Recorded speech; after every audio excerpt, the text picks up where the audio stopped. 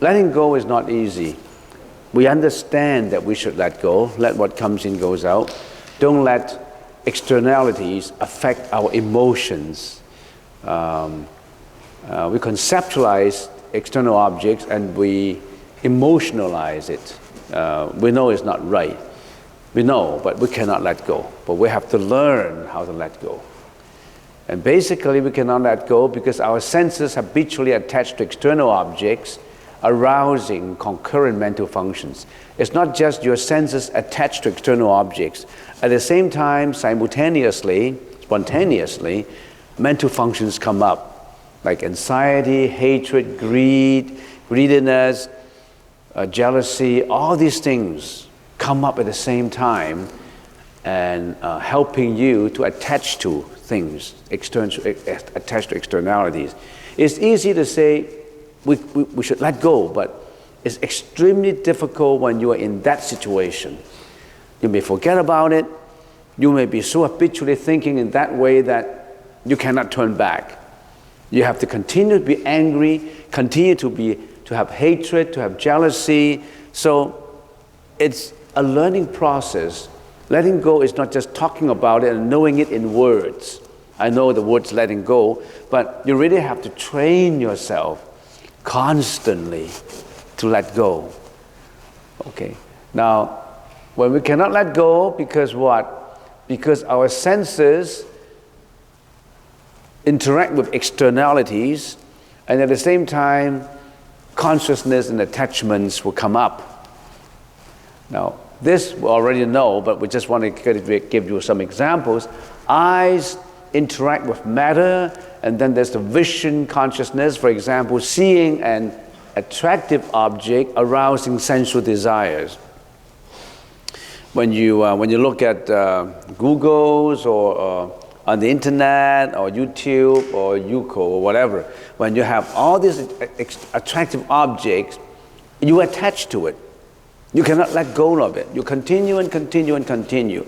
You want to go to, you go into the casino, you want to bet on it, you know it's not right, but you will continue and continue.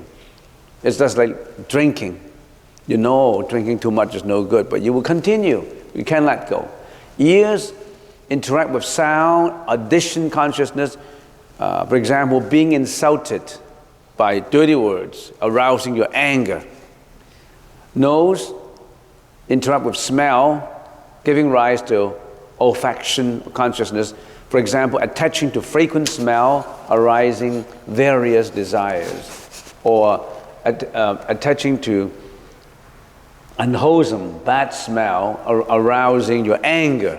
Because your neighboring meditators, for example, produce very bad odor or whatever, and you don't like it, you dislike it. Okay. Tongue interact with taste, and then have the taste consciousness, for example, indulging in meat eating, leading to animal slaughtering. You like to taste the flesh of domesticated animals, chickens, ducks, goats, lambs, cows, pigs. You want to eat those. Fish, lobsters, crabs, because you attach to the taste. You indulge in eating them because you've been habitually eating them. Body interact with externalities, with touch, whatever you touch, and producing tactility consciousness, attaching to material luxuries, arousing greediness. Here, body attaching to externalities of touch does not mean that just this touch. A touch of a cold or warm or soft or hot. It's the body also interact with all luxuries and they attach to luxuries. Your body wants to drive a good car, your body wants to live in a mansion, your body wants to enjoy good things, attaching. Mind interact with thoughts because you create visions, you create all the time, you create images in your mind when you go to past memories, images in your mind when you predict futures. So it's a self-created thinking object in your mind. That's the most ferocious.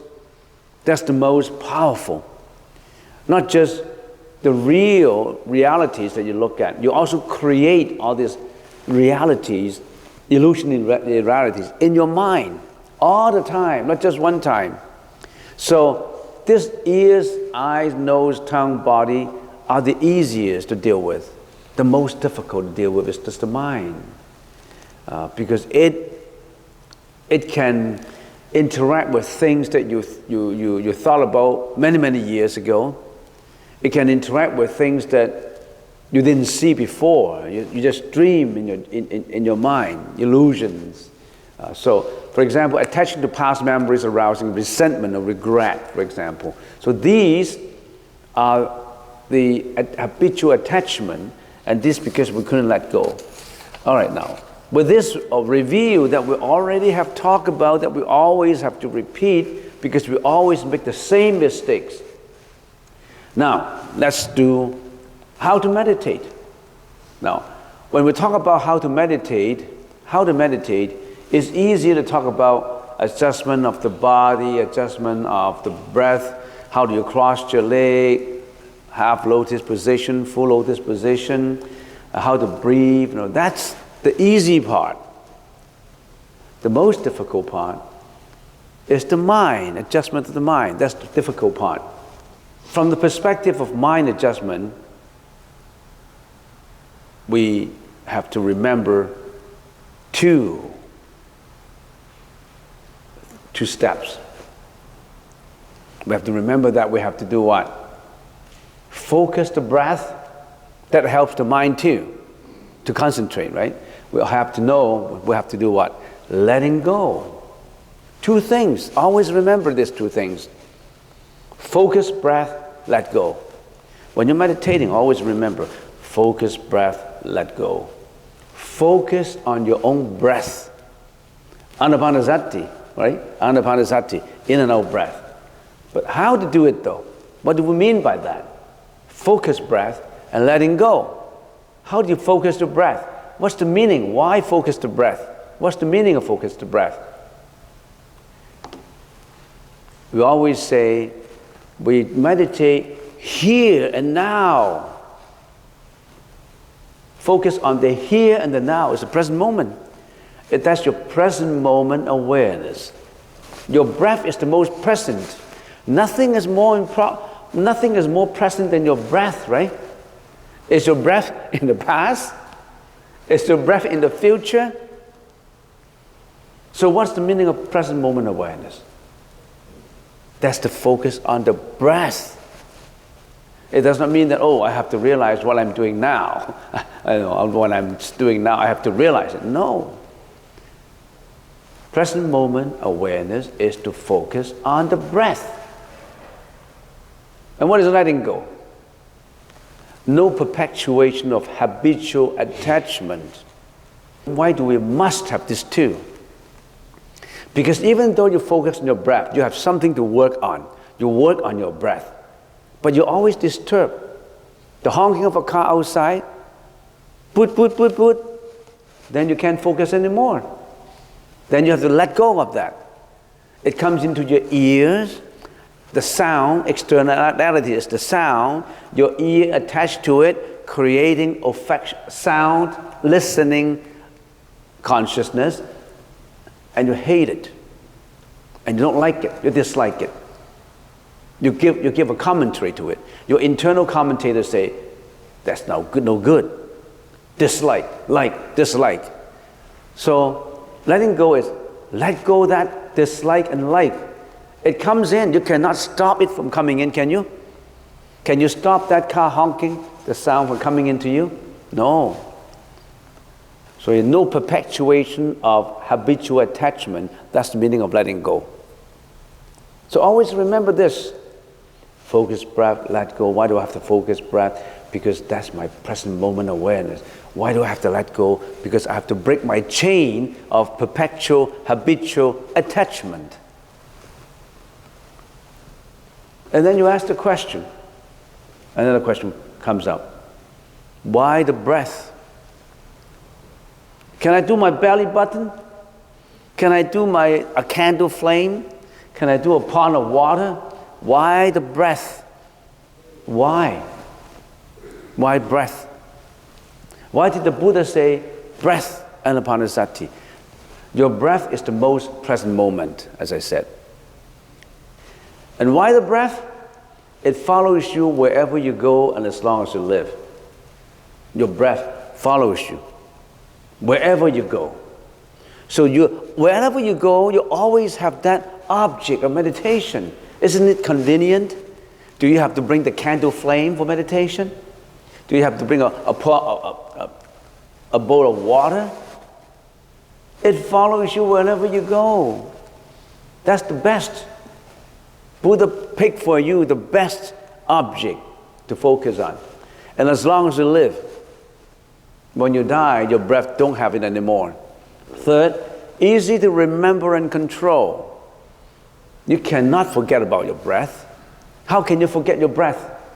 You may not notice your breath, but you cannot forget your breath. You always remember your breath.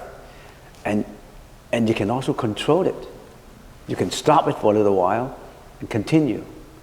So actually, your breath spontaneously working in you, and you have control. So third, it is the most akin to you as a focus object. It's the most related to you.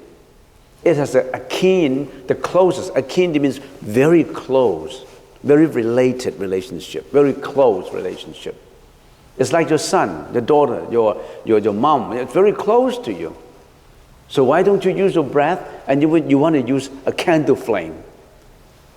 Well, you can use a candle flame. It will be more difficult.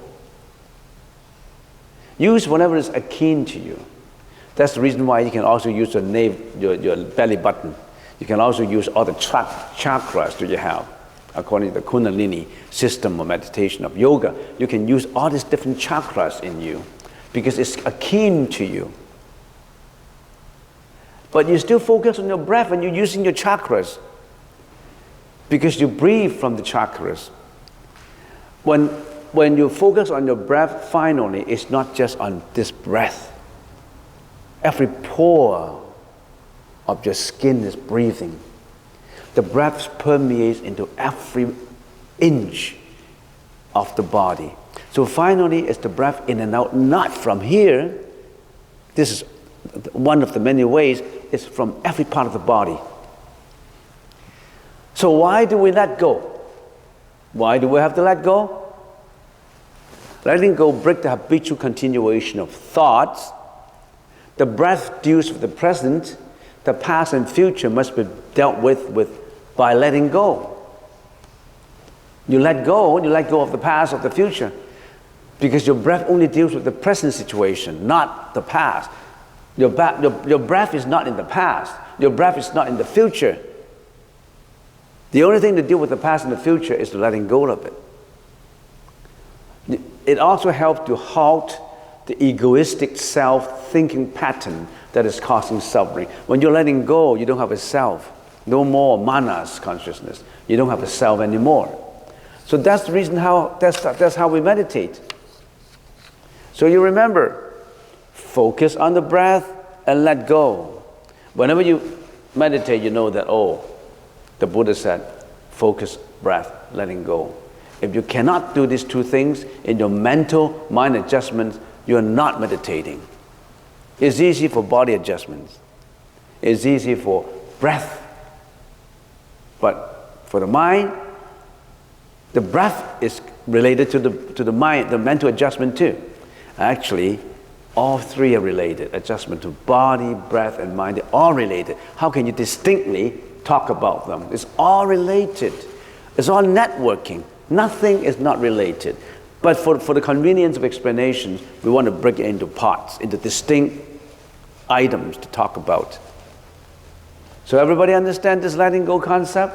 Focus on breath and letting go? If you read books, you read many books, you come up to the same conclusion. Now I'm concluding all these for you in here. Based on this, and let's step back and look at everything together. Let's step back and look at everything together. Now this guy is anapanasatiing. Anapanasati, in and out breath. Anapanasati, he's doing that. What did he do? He's having a body adjustment in here. See how this body this body adjustment, he is also having this breath adjustment, and at the same time, what is he doing? Eyes no more matter. Eyes no more matter. Ears still listen, sound still comes in, smell still comes in, taste still comes in, touch still comes in. As a matter of fact, matter sometimes comes in if you open your eyes. You're meditating and you open your eyes to see, oh, what time is it now?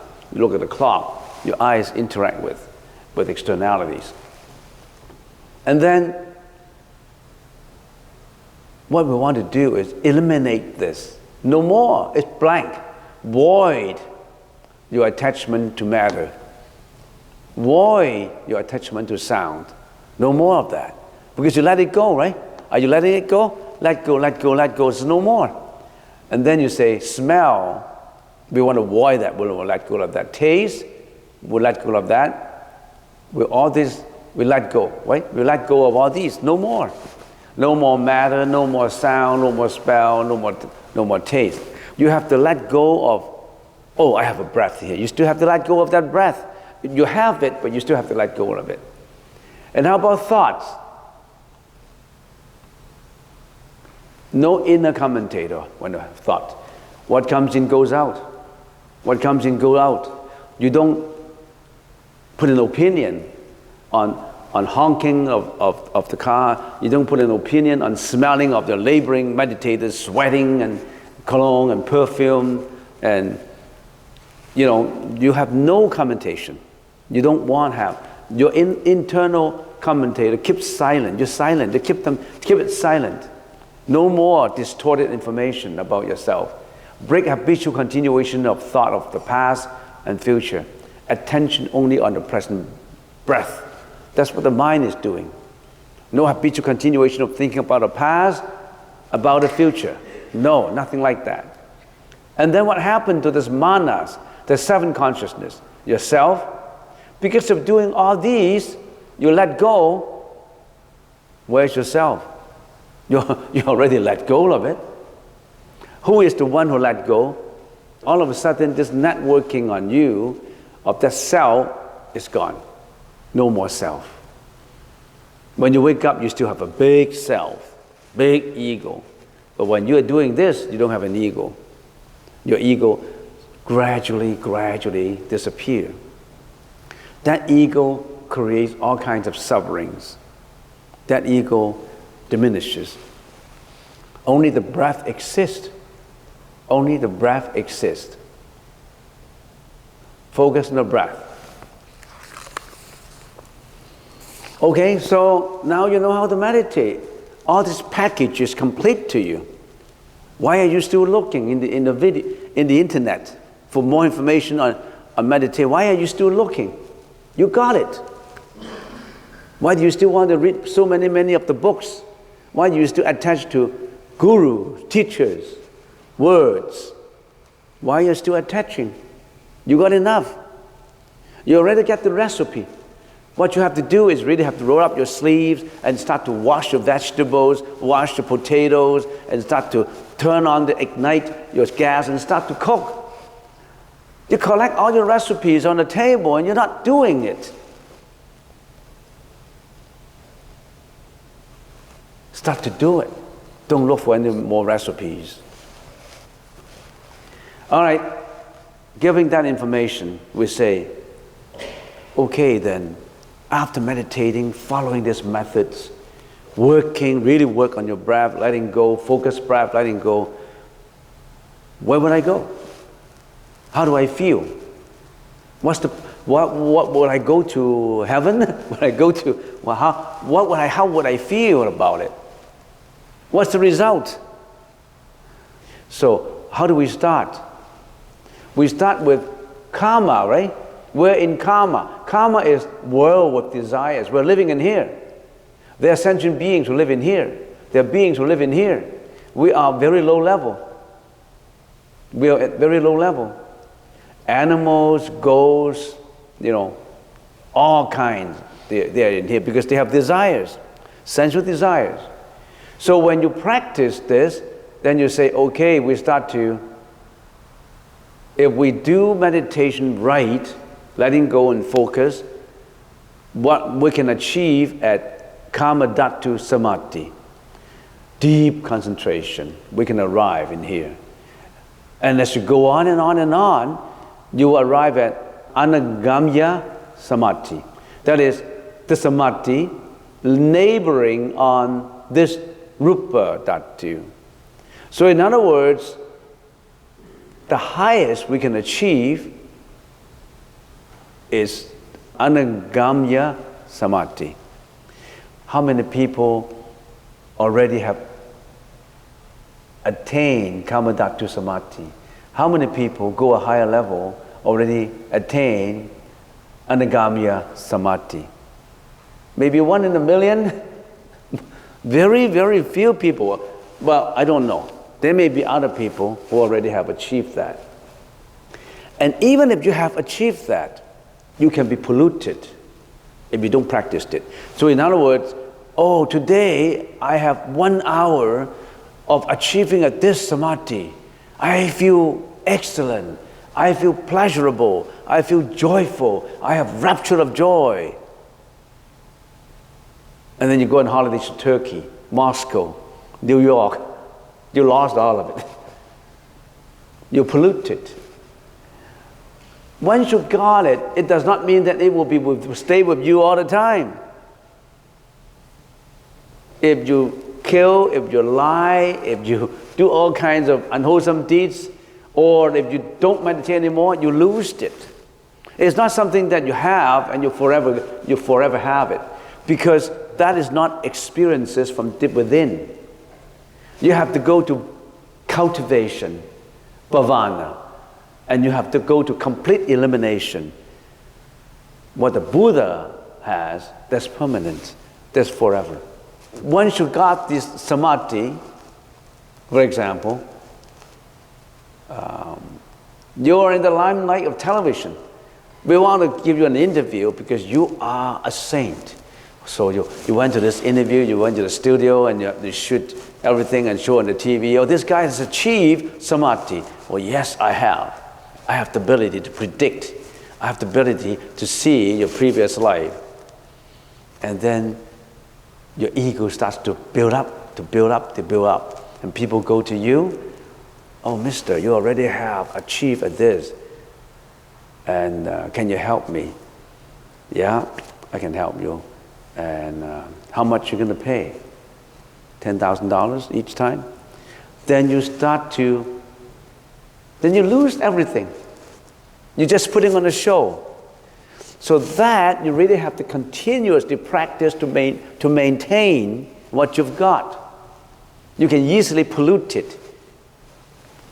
Okay, then you go in the next level now. Okay? So if you continue, you go to the first jhana, second jhana, third jhana, and fourth jhana. That is in a higher level meditation, much higher level.